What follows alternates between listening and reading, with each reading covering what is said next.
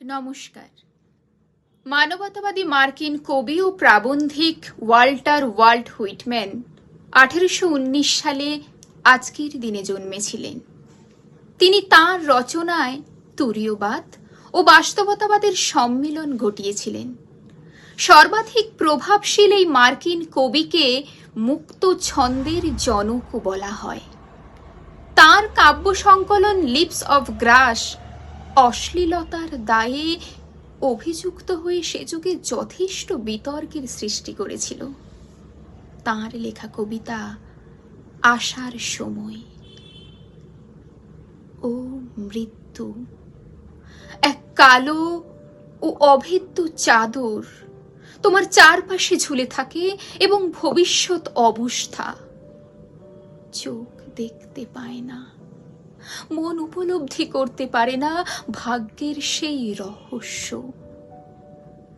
এই মস্তিষ্ক যা এখন পর্যায়ক্রমে স্পন্দিত হয় স্ফীত আশা ও বিষণ্ণ ভয় নিয়ে, এই হৃদয় তার সমস্ত পরিবর্তনশীল বর্ণছটা নিয়ে যে নশ্বর আবেগগুলো বহন করে, মানব আকৃতির এই অদ্ভুত কাঠামো যেখানে অপূর্ণ আকাঙ্ক্ষাগুলো খেলা করে, এই মস্তিষ্ক এবং হৃদয় এবং বিস্ময়কর রূপ সকলেরই কি একইভাবে ক্ষয় হতে হবে?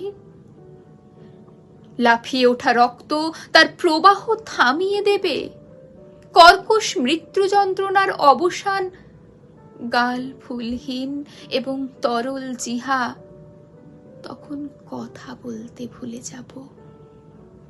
কবর আমাকে নিয়ে যাবে, পৃথিবী বন্ধ হয়ে যাবে, শীতল নিষ্প্রাণ অঙ্গ প্রত্যঙ্গ ও ছাই রাঙা মুখের উপর।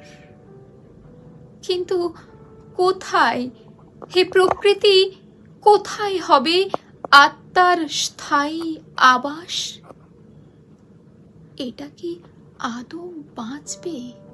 কারণ যদিও এর আলো দেহ থেকে ছিন্ন ভিন্ন না হওয়া পর্যন্ত অবশ্যই উজ্জ্বল হতে হবে, তারপর যখন জীবনের তেল ফুরিয়ে যায় তবুও কি মোমবাতি জ্বলবে?